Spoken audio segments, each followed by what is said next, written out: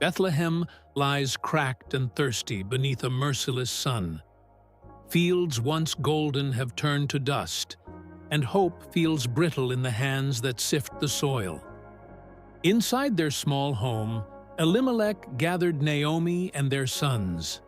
Hope was fading, but there was still one choice: leave Bethlehem and seek life in Moab. They step onto the road while the town still sleeps. Naomi looks back at a skyline of roofs and wells that cannot feed them. Her whisper fades behind them, and Bethlehem answers with silence. The new land like a stake in new soil. Beginnings will be planted here, posts are lifted, fences set, and a small garden takes root. Signs that hearts can learn a new rhythm. Their shared smile lingers, thin but real, over a life carefully mended. But peace was short. Sickness struck, and Elimelech was gone. Naomi was left a widow in a land not her own. Her two sons stood beside her. Now We are here for you, Mother. The years passed. Mahlon found love with Orpah, a woman of Moab. Chilion, too, found a kind and gentle wife. Her name was Ruth. With these unions, Naomi's household grew once more. For 10 years, there was a fragile happiness. Then sorrow returned. Both Mahlon and Chilion died, leaving Naomi broken once more, with only Ruth and Orpah beside her. Naomi sat alone, her thoughts wandering back to Bethlehem, the land she once called home. And the barley harvest in Bethlehem is plentiful this year. In the market, she heard news. The famine had ended. Bethlehem had food again. Hope flickered in her weary heart. At dawn, the three women set out on the long road from Moab to return the land she had left behind. Go back, each of you, to your mother's home. But Naomi stopped along the way. With compassion in her voice, she urged them to return to their families, to find new lives of their own. Naomi turned to Ruth, urging her to do the same. But Ruth stood firm. Her place was not behind. Her place was beside Look, Naomi. Your sister-in-law is going back. Go back with her. Ruth clung to Naomi's arm. Her eyes spoke what her lips soon declared. She would not leave. Where you go, I will go, and where you stay, I will stay. Your people will be my people, and your God my God. Naomi's heart softened. She saw Ruth's devotion and said no more. Together, they would face the road ahead.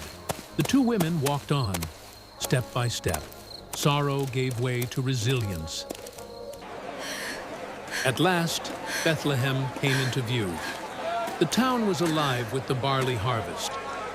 The women of the town recognized Naomi, yet they were shocked by her worn Can this face, be so Naomi? changed from the woman who had left. Do not call me Naomi.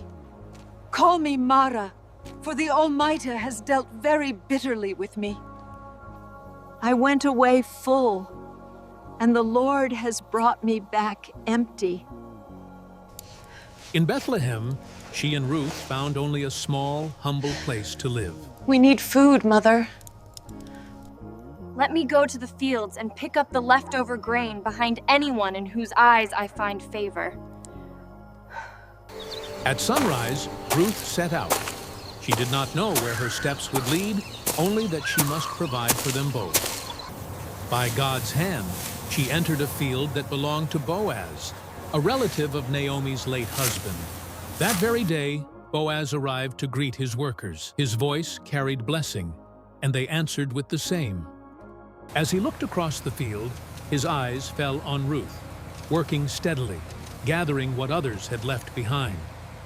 Curious, Boaz called his foreman and asked about the young woman. Who does that young woman belong to? The foreman explained she was the Moabite who had returned with Naomi, working tirelessly from morning till now. Impressed by her loyalty, Boaz approached Ruth with kindness, telling her to stay in his fields. I have told the men not to lay a hand on you, and whenever you are thirsty, go and get a drink from the water jars the men have filled. Overwhelmed, Ruth bowed low, asking why he showed such grace to a foreigner. I've been told all about what you have done for your mother-in-law since the death of your husband. May you be richly rewarded by the Lord. When mealtime came, Boaz invited Ruth to join his workers. It was a table of welcome, where kindness overflowed. She ate until she was satisfied, with food left over, a gift she had not known in many days. Afterward, Boaz quietly told his men to help her. "Leave extra grain behind," he said, so Ruth would gather more. Ruth worked until evening. When she threshed the barley, the amount was far beyond what most gleaners ever carried home. Where did you glean today? Blessed be the man who took notice of you. The name of the man I worked with today is Boaz. The Lord bless Ruth him. told her the man's name, Boaz. That man At is our once, close Naomi's relative. weary heart began to stir with hope. She blessed him aloud, realizing he was a close relative, one who could redeem their family's future. My daughter, I must find a home for you, where you will be well provided for. Wash, put on perfume, and get dressed in your best clothes. Then go down to the threshing floor. As the fire crackled that night, Naomi's mind turned toward possibility. A plan began to take shape. She told Ruth her heart's desire, that Ruth should find a secure home, a future filled with care. Naomi gave her clear instructions: wash, put on perfume, and dress well. Then, go to the threshing floor where Boaz would be. When the feast was over, he lay down at the far end of the grain pile, ready for rest. In the stillness, Ruth stepped forward. Her steps were soft, her resolve firm. Following Naomi's words, she uncovered his feet and lay down, an act of humility and request. At midnight, Boaz awoke, startled to find someone there. Who are you? Ruth spoke clearly in the darkness. She was his servant, asking him to spread his garment over her in protection. The Lord bless you, my daughter. Yet he was honest. There was another relative closer in line. Still, he promised to see the matter settled. Stay here for the night, and in the morning I will do the part of a kinsman redeemer for you. As surely as the Lord lives, I will do it. Let no one know that the woman came to the threshing floor. Before dawn, he sent her away quietly, protecting her reputation in the eyes of the town. He filled her shawl with grain, a sign of care and promise.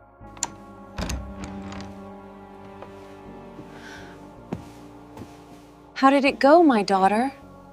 See what I brought. Ruth It is told her more than enough everything, for both of showing us. the grain Boaz had given. Naomi urged patience. She knew Boaz would not rest until the matter was settled that very day. True to his word, Boaz went to the city gate, the place of law and witness, and waited. Soon the nearer kinsman passed by. Boaz called him over to sit and hear the case. Welcome, elders. Please be seated. The kinsman is here. We have an important matter to discuss. Naomi is selling the piece of land that belonged to our relative Elimelech. At first, the man agreed. The land seemed a good opportunity. But Boaz revealed the full truth. Redeeming the land also What? meant taking Ruth Did as you wife just say? to carry on her husband's name.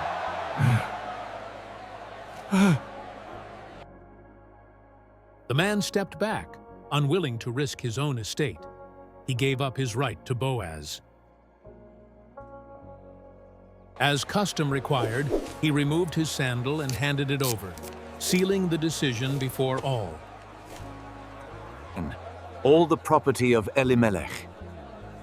I have also acquired Ruth. The crowd rejoiced, blessing their union. They prayed Ruth would be fruitful, like Rachel and Leah, who built the house of Israel. Soon, Ruth and Boaz were married. Their joy overflowed, and a new chapter of hope began.